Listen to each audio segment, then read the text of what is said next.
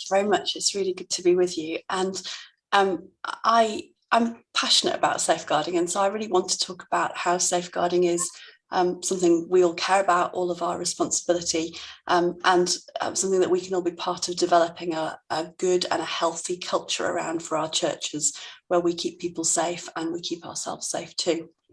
A little bit of my background. I'm the bishop with responsibility on behalf of Bishop Sarah in the Diocese of London for working with our safeguarding colleagues, and that's covering the whole of London Diocese, and I'm quite new to it, so there's been a lot to learn. Previously I was an archdeacon, so I've had my fair share, probably more than my fair share, of difficult clergy misconduct and difficult safeguarding situations that have really captured a whole parish for a time and really needed some quite careful working through. I do want to say, though, that I'm not a police or a social work trained safeguarding professional. It's really important you know that.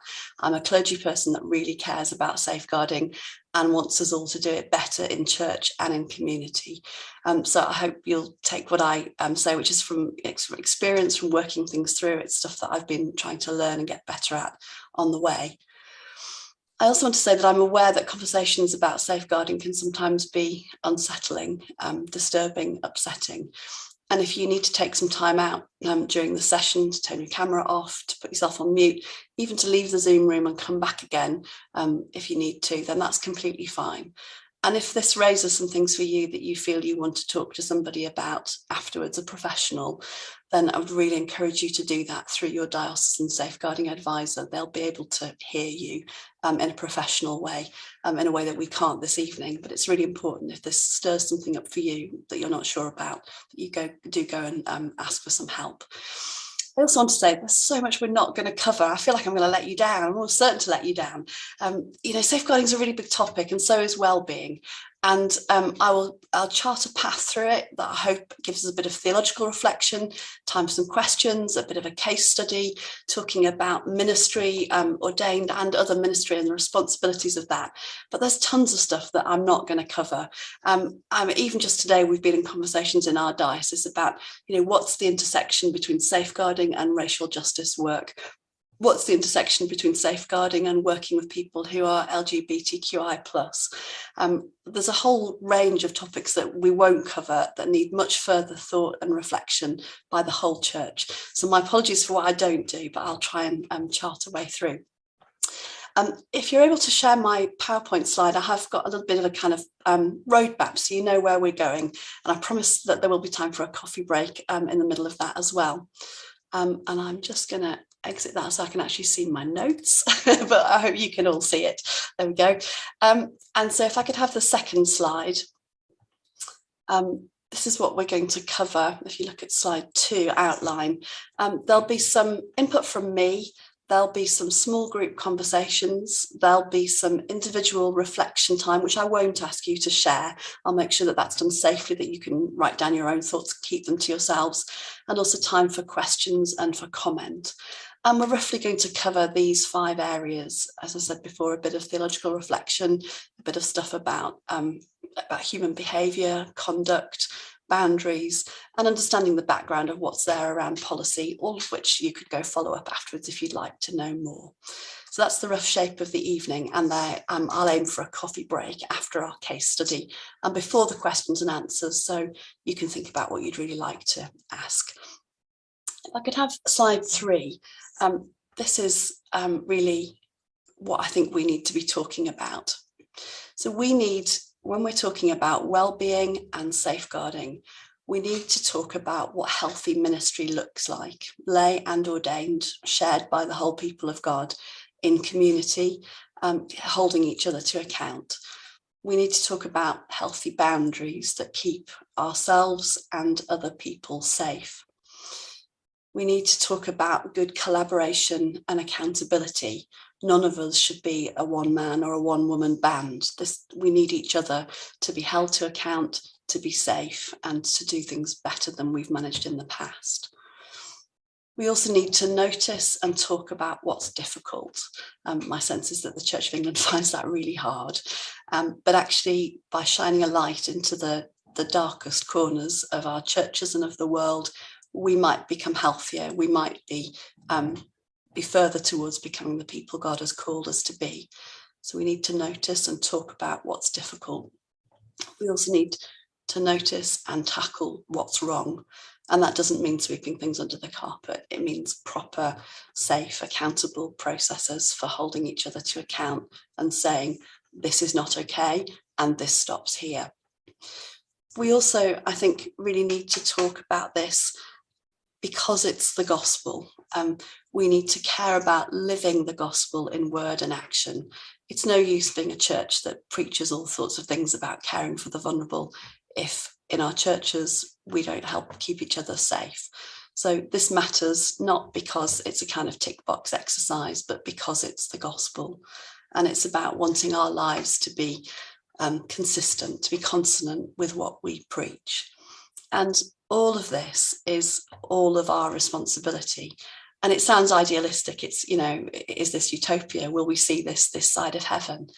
Well, yes, it's hard, but we really have to hold on to what the gospel's about and what the highest standards of professional conduct look like in our own age. And always that involves starting with ourselves, our own behaviour, and then going on to think about the quality of our shared life in families and in communities. So that really, for me, is what we need to be talking about tonight in our PCCs, in our deaneries, in our synods, across the church. This is about the foundations of healthy culture, talking about all of these things.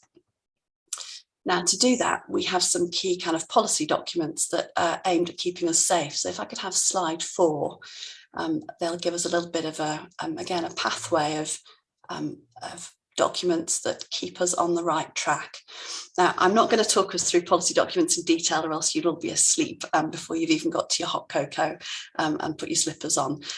These are here to refer to, and there's the Parish Safeguarding Handbook, policy about safer environment and activities, code of safer working practice. And if you go and look on the Church of England's main safeguarding pages, they're all there, and so much more as well. It's really important, this stuff, that we go back and we refer to it, and that we don't just let it sit on our shelves, but that we understand how this keeps us on track. The other thing as well, if I could have the next slide, slide 5, is about the guidelines for the professional conduct of the clergy. Now, I'm not just talking about clergy this evening, but these are a really useful place to start, because they give us some pointers towards the particular temptations and opportunities available to those in ministry, and maybe especially clergy. And so we will spend some time this evening talking about the behaviour of those in ordained ministry. They're not our only safeguarding issues, obviously, but clergy have an important role in leadership and in culture setting. Clergy also have an important place in the public imagination. A lot is projected onto clergy. And so we will be looking at this in a little bit more detail in our case study. If we could have slide 6 as well, please. This gives a reminder from the archbishops. Again, written to clergy, but applicable to anybody who holds a position in ministry, who understands the responsibility of the trust that's placed in them, whether you're an organist or a church warden, a youth minister, or a clergy person. There are particularly high standards expected of you because you represent the church more widely. And this reminder from the archbishops to clergy is true way beyond clergy. This is about representing the faith that we share and behaving in such a way that enables others to behave and to act safely as well. So this is about trust, and it's about how we're a system, we're organised together with leadership and governance and culture holding us together. And these are the things that underpin everybody's well-being and everybody's responsibility. These guidelines, these policies give boundaries to our behaviour. They remind us to think about how our behaviour might come across to other people, even if we don't intend it. They also help us to notice behaviour that could have become normalised in our context, but could be harmful.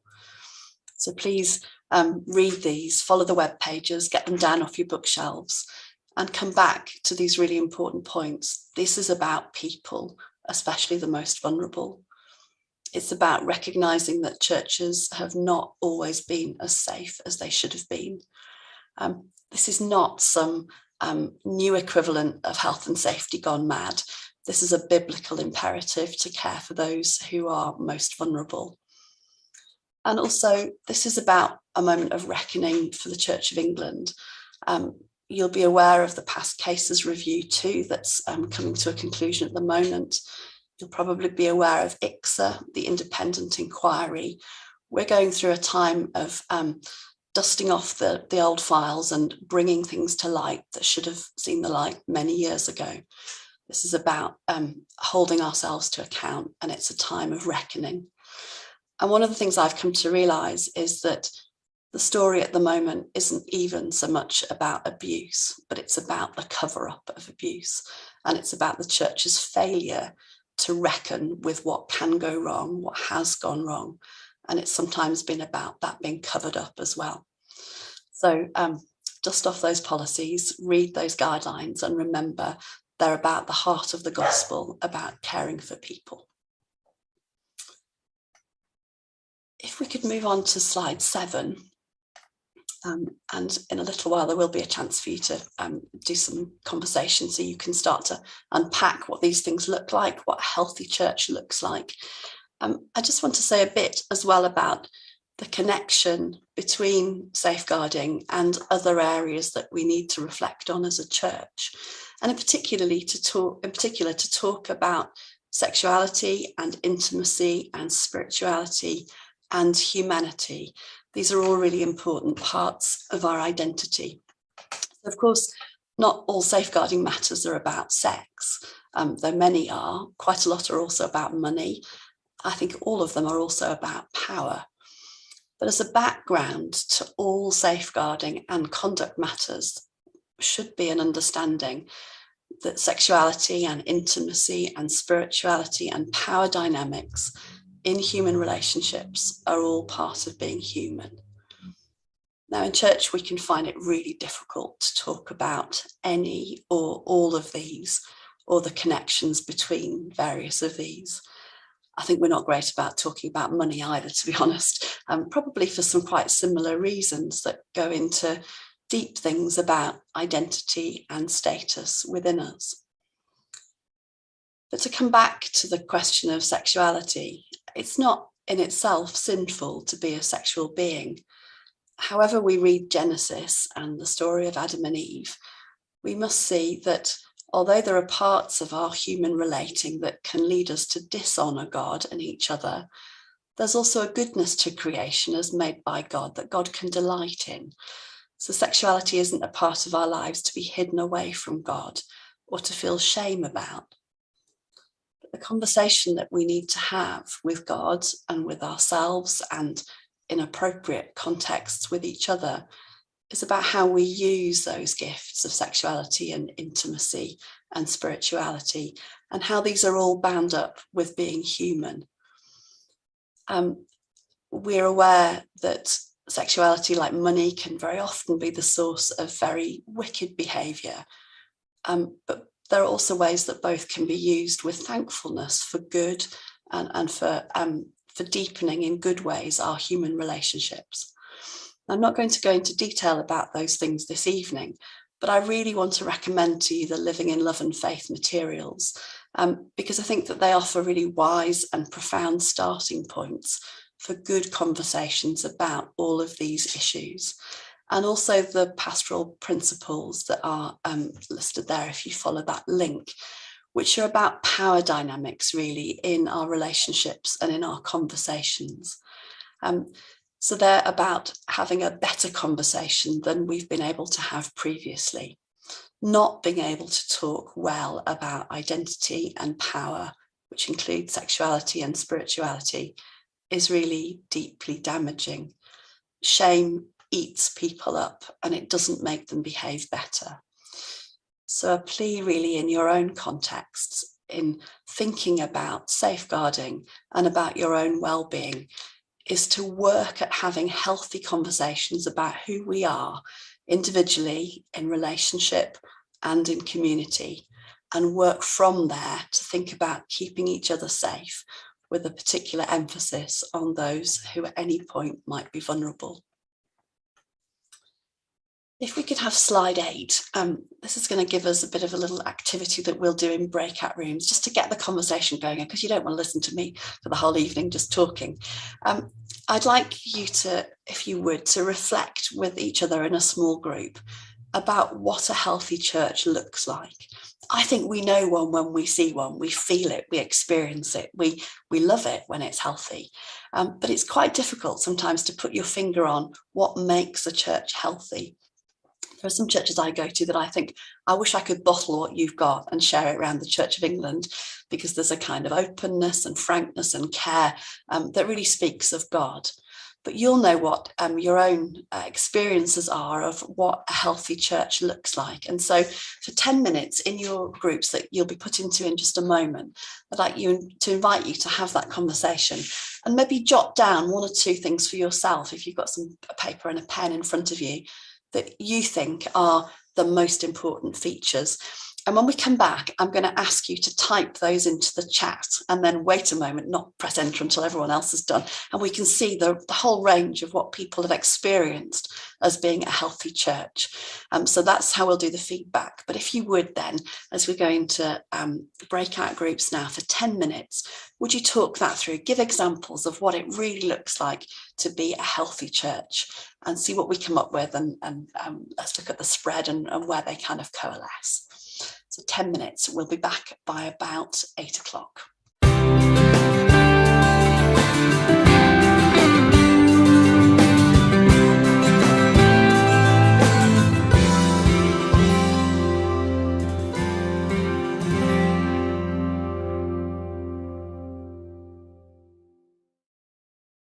My question is that 5 marks of a healthy church might also be really great to have, or more than 5. So in a moment, if you could just go into the chat function.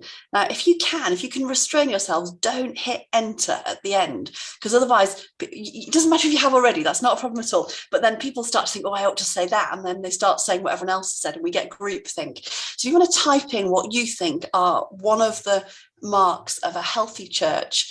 And if you're a speedy typer, in a minute, you can put another one in as well. But just remember, if you hit that return button, it will show it to everybody else. So I'm going to count to 10 in my head, and then I'm going to say, hit the return button. And at that point, we'll all be able to see in the chat what everyone else has put. And I'll try and pick out some themes from that.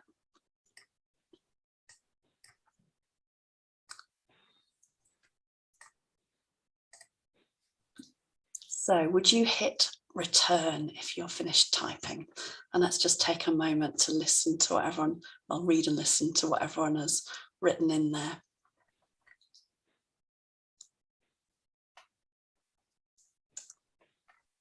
Lots of interesting thoughts coming up. If you've got a second one, feel free to put a second one in if you can type fast enough.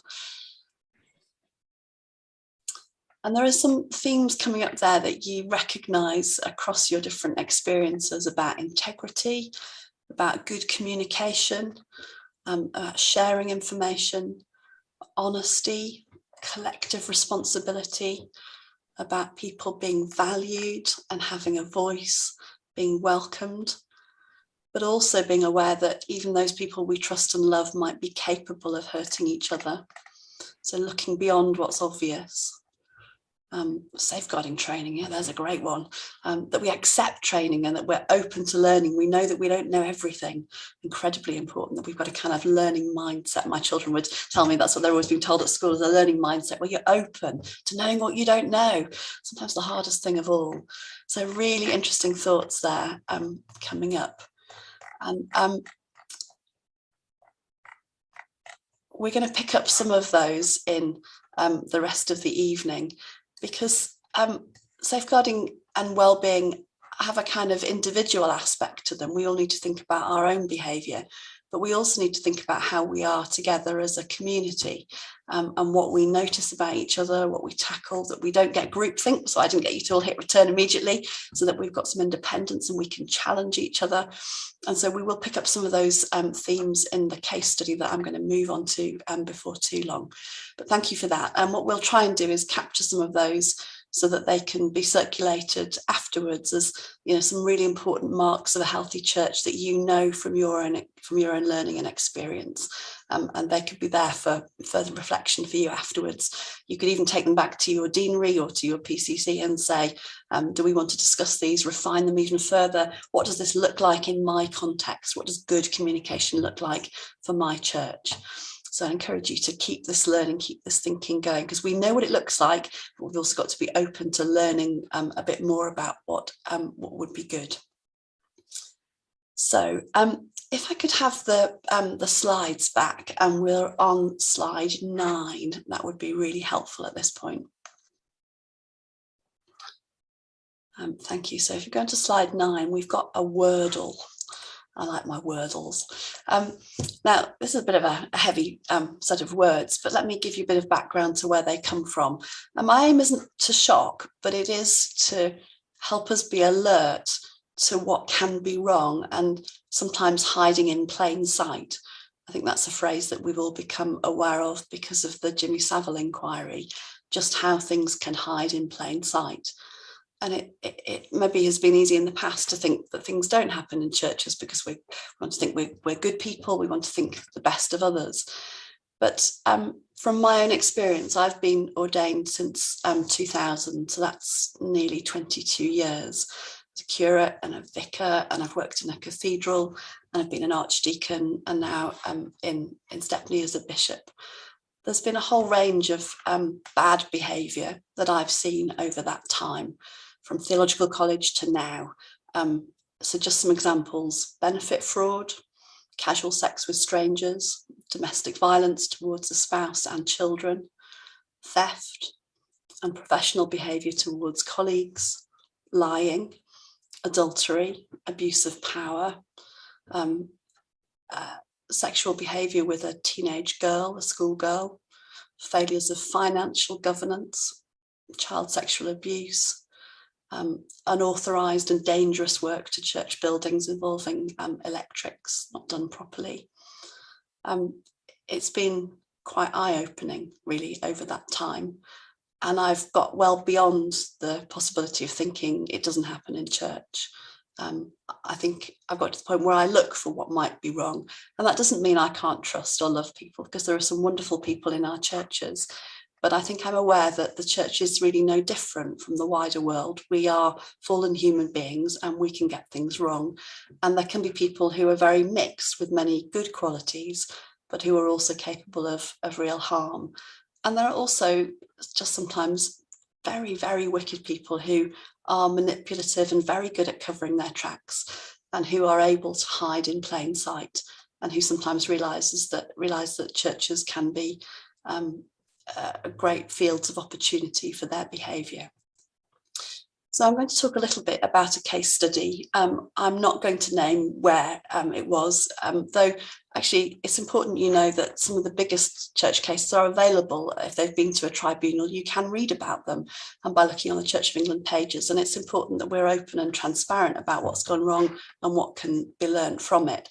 But I'm just aware that the situation I'm talking about is a real parish where people are trying to recover and get on with their lives and love each other and come to kind of healing. And I know they're doing an amazing job of that, and I really applaud them. But this has been a really significant point of learning for me. And so I want to share a bit of it with you. And then from that, I want to draw out some general points about what can a whole church be learning about its behaviour as a community, as a congregation.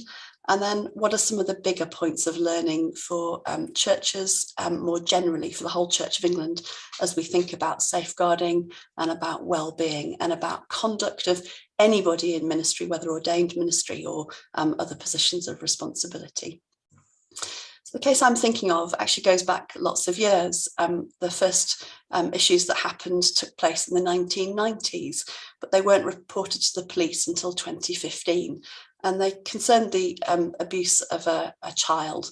Her age was disputed, and that's why in the end it didn't go to criminal proceedings. But what happened took place around the 16th birthday of this particular child. And that case, when it came up, led to the vicar, who was then working in a different diocese, being prohibited from ministry for 5 years. And of course, that meant losing his job in the parish where he then worked. For me, the learning in this case was about how difficult it was for a whole community to come to terms with what had happened. And I should say, as background, the Church's own processes for dealing with clergy discipline and with matters of misconduct are not great. They're not speedy, they're not obvious, they're quite opaque, and parts of them are rightly confidential, but it's very difficult to keep communication with parishes in a way that helps the parish to get on side and understand what's going on. And what was really experienced in that parish was a kind of fury towards the diocese, because a lot of people really didn't believe that their vicar could possibly have done what he was accused of. There was a lot of blaming language towards the person who'd made the accusations, who, of course, they didn't know her identity, but they knew that there was a person who'd made a complaint. There was a lot of minimising of the behaviour that he'd engaged in. I won't give you the details of what he'd done and the kind of sexual behaviour that was involved, because I don't think it needs to be talked about, but minimising it to make it out to be something that she'd asked for, or that was just kind of not that serious anyway, was one of the things that happened. And it led to huge opposition between that parish and the bishop at the time, including people walking out of a service where the bishop told them what was happening. And not everybody thought like this. There were people who perhaps had a background in health or education who were more understanding of the process, though many were baffled by the Church of England's odd processes and the time it took for the police to investigate, never mind the Church of England. There were also some amazing people who led the parish through that time, lay people, great church wardens, a great associate priest, who really kept the care of souls, the cure of souls during that time. Even when the vicar was still living in their midst, was setting up alternative services, was setting himself up as an independent funeral celebrant so that he could do services nearby. It was a really extraordinarily difficult time. A further complaint then came to light, and that is a case that actually went to a tribunal, because it involved an abuse of pastoral ministry more recently within that parish himself. And in the end, the person was prohibited from ministry for life. Now, if we could move on to slide 10, I hope you'll be able to see why I've told you this case, which it is distressing and distasteful, and I do recognise that it's quite hard to hear. But it has got some really important, bigger pieces of learning for me about how congregations, how clergy, how those in ministry behave together, and how we kind of run ourselves as a church. The first point that you'll see there on the slides is about personal and pastoral boundaries. The particular trust that's placed in those in ministry, lay and ordained, but recognised ministry, is huge. And to break those boundaries, to step beyond pastoral listening and care into something that's physical, sexual, is entirely inappropriate, even if it's consensual, because a trust has been broken, and because clergy in particular hold a wider representative role. It represents a wider betrayal, and it's really important that that's noted, and that we talk about what pastoral boundaries look like as we care for each other, whether that's people involved in counselling or ministry or medics or social workers. Boundaries really matter. The second point is just how difficult some of those processes are. The police can take a long time to work things through. The church can take a long time too. There are questions about what's proof.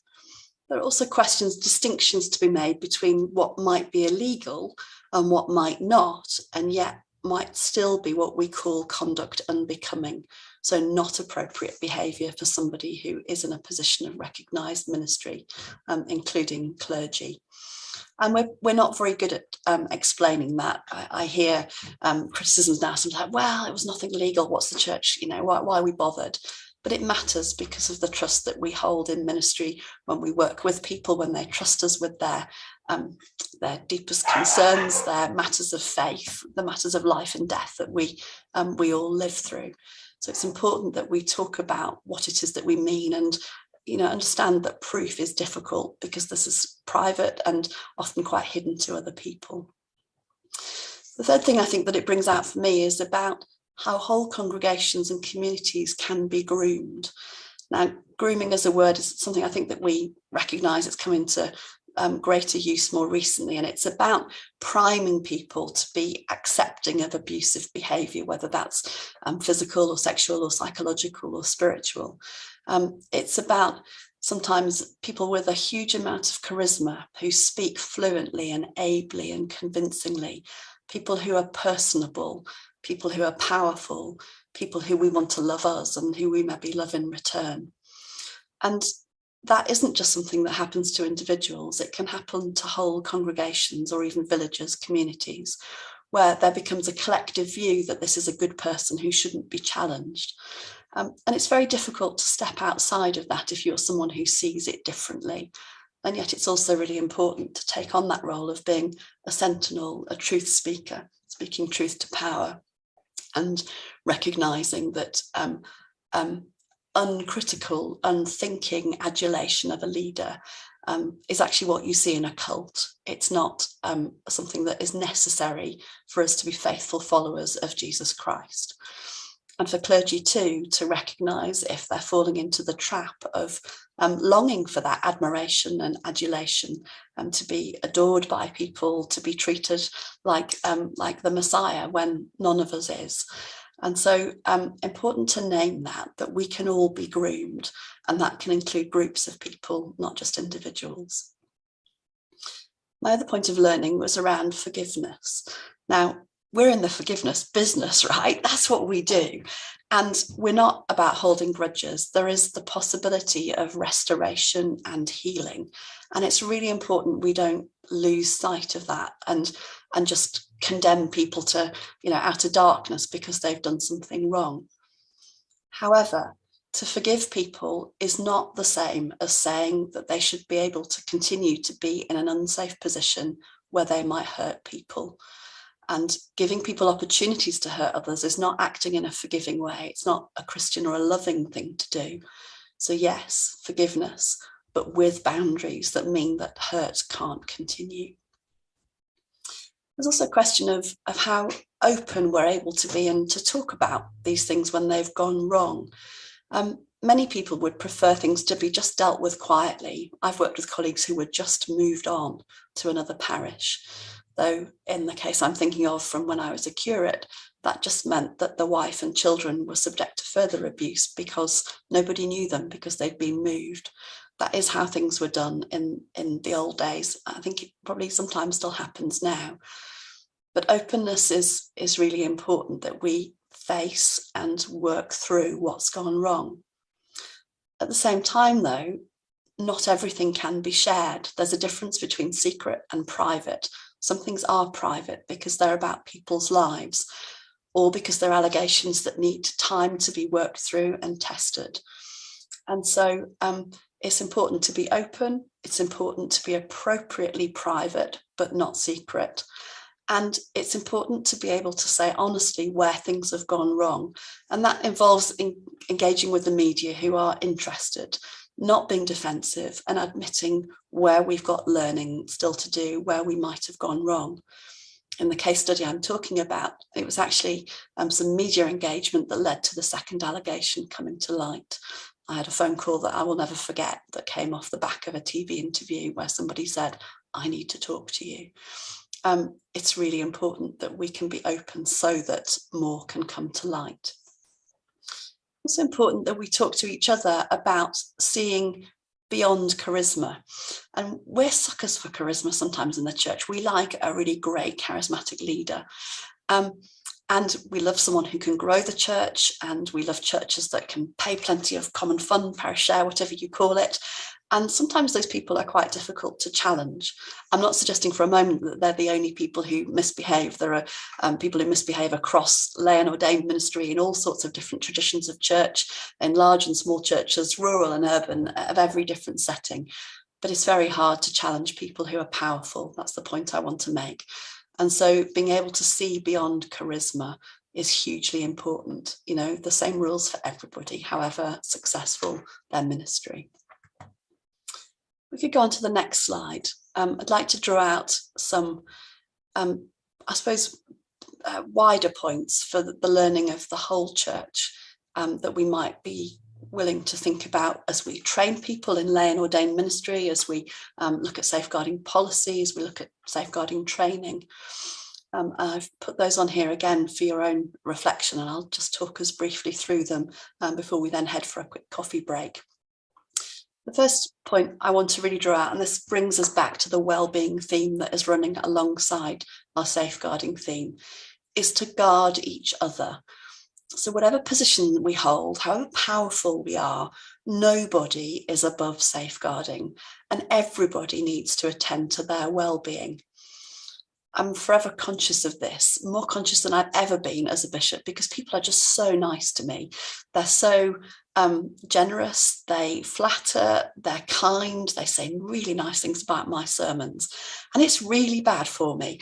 And when I come home on a Sunday after a really lovely big confirmation service where everyone's been really jolly, I walk into my house and I'm so grateful that my husband and kids say, here's the potato peeler, come on, crack on, there's some carrots to do, and the potatoes are just going in. It's important to be ordinary, and that we all have people who will bring us back down to earth and say, as my kids will say to me, will you stop being bishopy, please? And can we just be ordinary? So the more power we have, the more vulnerable we can be to temptation, and the greater the opportunity to do harm. My college principal said to us all as we were about to leave, whatever your weakness, ordained ministry will find you out. And those are quite sobering words, and not just for ordained ministry, but for anything that has a public profile, a platform, an opportunity. Whatever your weakness, those opportunities will find you out. I want to hold on to that, but we need to hold on to it for each other and draw each other back to being accountable. The second thing that I've spent quite a lot of time reflecting on, particularly, I think this is the more I have to do with cathedrals, to be really honest, is to be really alert to the overlaps between sexuality and spirituality, and to look at how worship and music and prayer and pastoral counselling can all kind of interact with that.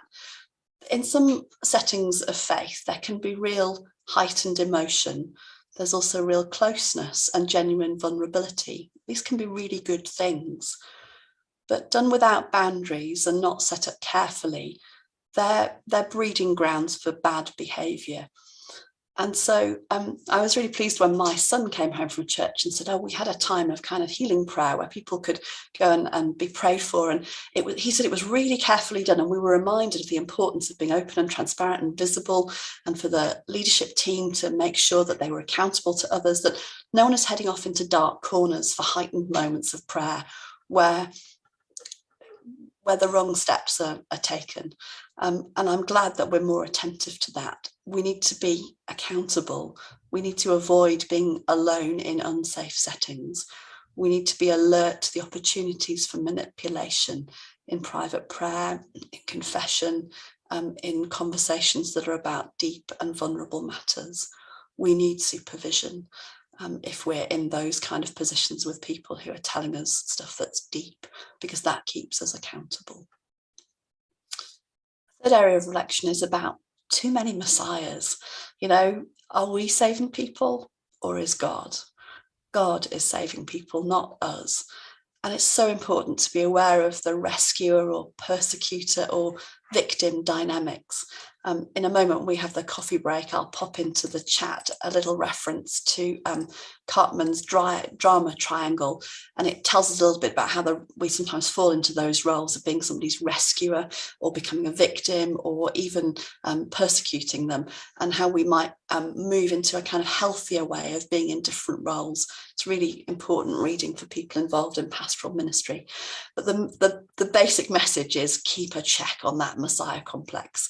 I think most of us have got one, and it needs really firmly putting back in its box. There's only one Messiah, and it's not me and it's not you. Fourth thing is about role and status. particularly true of clergy, but not only, youth workers, directors of ministry, church wardens, people who have status. I think there's a particular thing for clergy about the public expectations that may be put on them and perhaps their families if they're living in the same household. Clergy are very dependent on stipend and on housing. They're not very often held to account. I sometimes make the comparison with the failure of single GP practices, the Harold Shipman case being the best example. Who is watching over and noticing sole practitioners? Who can tell if they're drifting into trouble? But then also, if those people themselves knew that they were going wrong, who would they tell? Did they have supervision, counselling, peer support, reflective practice? Could they tell their archdeacon before they did something wrong, rather than it being found out afterwards? And I think that's a real challenge for archdeacons, who often sit on both sides of that care and support role, but also maybe a disciplinary role.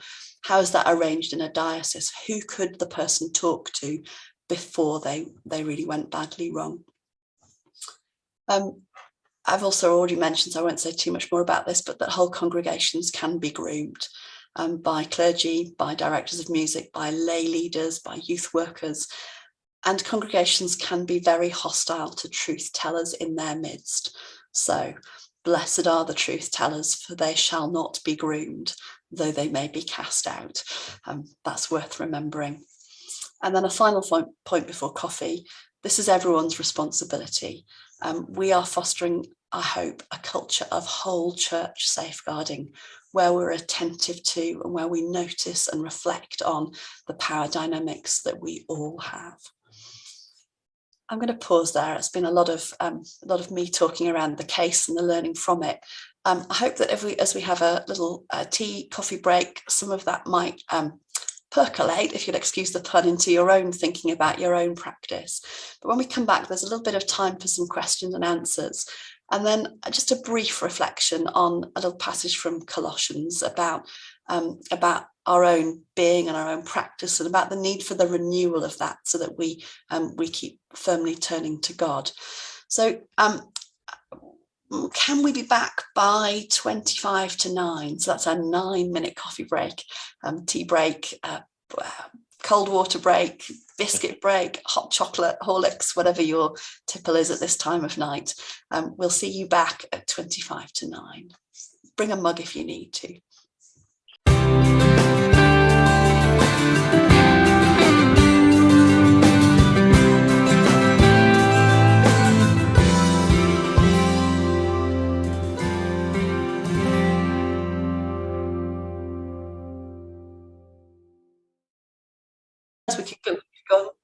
We could go on all evening with the questions, because there's a really rich area that we're all grappling with. And there's, I want to encourage you to think we're always learning. We're never going to be able to say, right, we've cracked this. We've got safeguarding in the Church of England. This is a perpetual learning. And I'm going to come on to that in a moment as we think about Colossians and about being renewed. So if I could, please, could I have slides 13 and then 14? And this is a passage from Colossians chapter 3, verses 1 to 16, and it's just divided across 2 slides.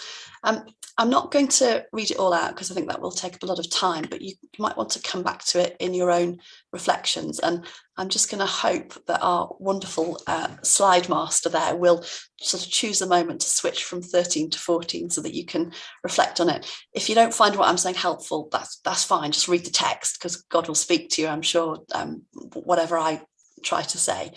But the reason really I've chosen this passage is because it's got some quite tough words in it. And St. Paul is being really clear that fornication, impurity, passion, evil desire, greed of different kinds need to be put to death. It's a reminder for me that we're all capable of entertaining desires and acting in ways that can be harmful to other people. So I think it's right that we hear these words and that we don't soften them.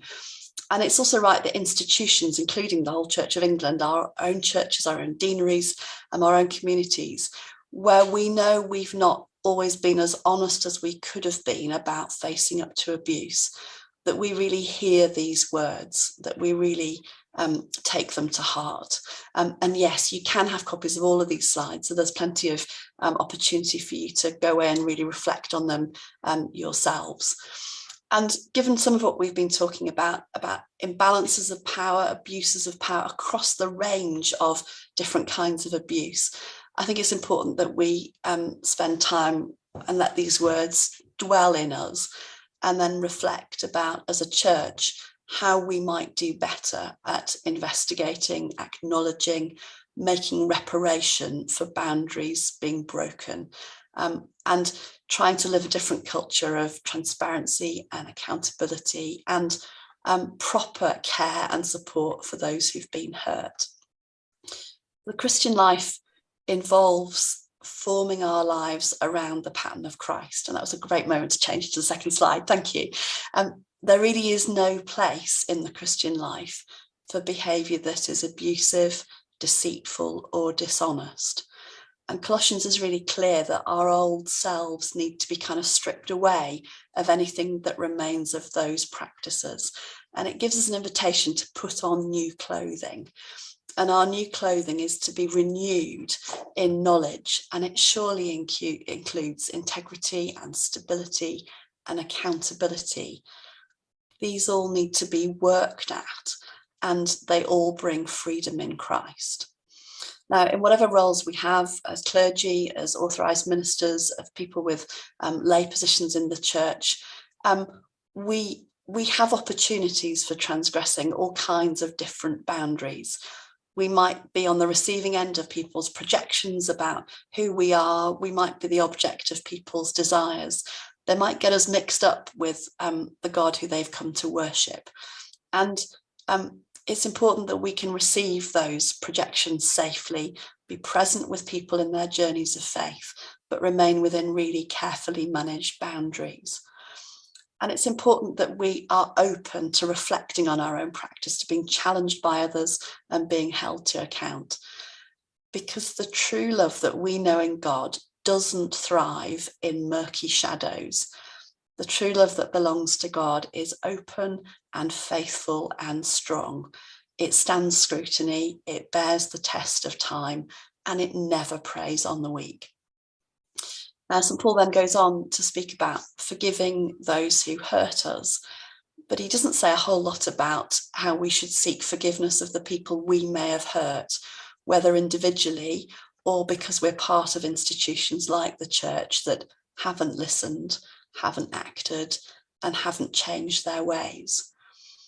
But whatever we do with that kind of gap, I think it's really clear that we have to keep learning, that we have to teach each other, invite teaching for ourselves, and invite correction from each other so that we can grow in wisdom. And I think at an institutional level, that means things like apologising better to those who've been hurt. It means having better policy and training and good practice around safeguarding and resourcing it properly. It means responding generously and humbly to people who are survivors of abuse of all different kinds. It means a different kind of relationship with insurance companies so that the church acts with integrity and without being seen to drag its feet. So for me, at the heart of this passage in Colossians is this phrase about clothing ourselves with compassion, kindness, humility, meekness, and patience. It's about repenting fully, asking God to renew our hearts and minds, and recognizing that that's an ongoing process. It's that learning mindset. It's the being renewed, being open to being transformed again and again and again by God, so that we can come to worship God knowing that we are far from perfect, but knowing that God is working with us to renew us and to bring us into new life, and to better be able to reflect that love that we know is of God. If I could have slide 15, just for the last few minutes, I want to ask you to do an exercise yourselves. And just to be clear, I'm not going to ask you to share this with anybody or to give any feedback or put anything in the chat. But here's some questions over the next couple of minutes So let's say for the next 5 minutes, for you to perhaps jot down a few thoughts and to ask yourself, because this learning, it always starts with me, it starts with you, it starts with us. And then that's how you can start to transform a culture. So first, how are you personally held to account? If you've got pen and paper in front of you, you might want to start jotting a few things down as they come to mind. Who holds you to account? Who says, you know what, that's not okay? Or do you know how you came across? Who helps us keep ourselves in check? Second question is around being alert. How do you keep your eyes open to any broken boundaries in your own church or in your community settings? Some things just become normal because they're familiar, but are there things that you might want to look at with fresh eyes and think, you know what, I'm not happy about that, and I'm going to go and ask somebody? Third, is there a person or a group of people or a mentor or a confessor or a spiritual director who you can be really open with about things that tempt you or things that trouble you? And it's normal to be tempted and to be troubled by things. And it's good to be able to talk that over with somebody, to shine a light into it and to see where you can go to help you or other people head in a healthier direction. And then what can you do to contribute to a culture of healthy safeguarding in your own setting? Where can healthy conversations happen about safeguarding from abuse of all different kinds and about well-being? What can you do that makes a difference? And what do you want to do differently from now on? Is there one thing that you think, you know what, tomorrow I'm going to start doing this, or I'm going to have this conversation? Jot some thoughts down if you can. Just spend the time offering your own reflections before God. Perhaps if anything's spoken to you in the chapter from the passage from Colossians. In a couple of minutes, I'll stop talking now, so you've got some silence to think. We'll come back to pray together.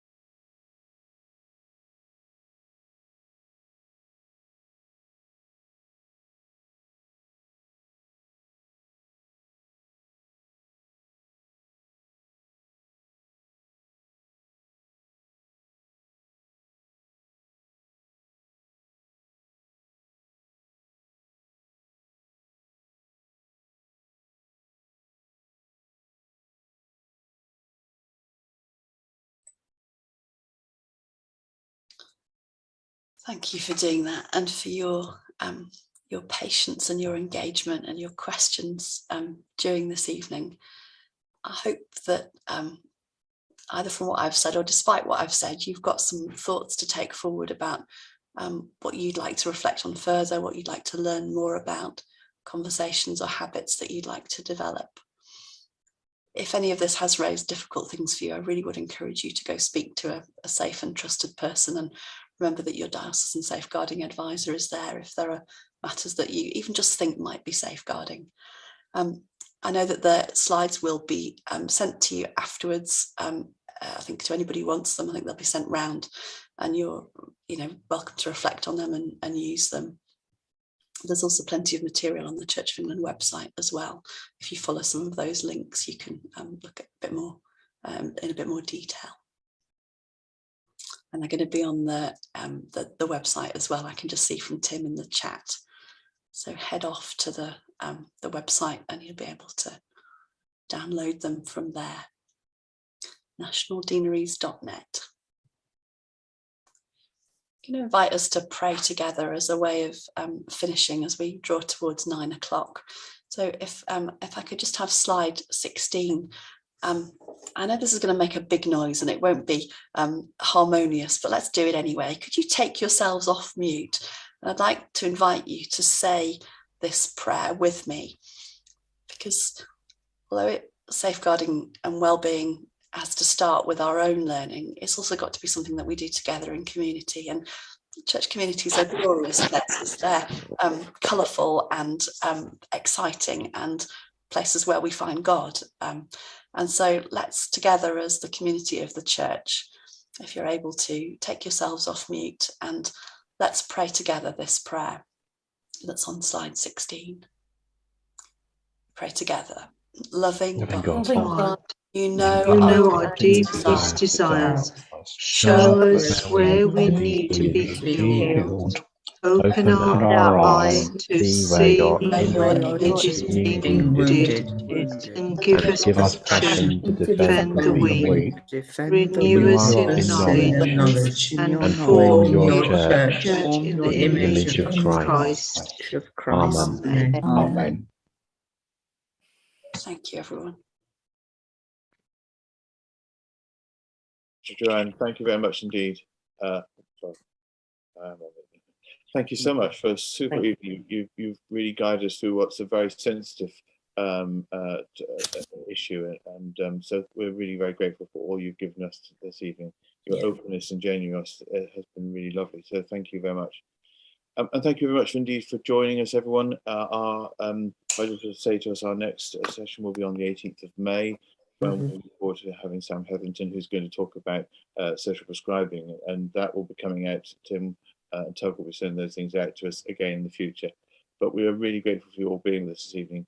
And Bishop Joanne, a very great thanks to you for all you've given to us. Bless you. Thank you. Thank you.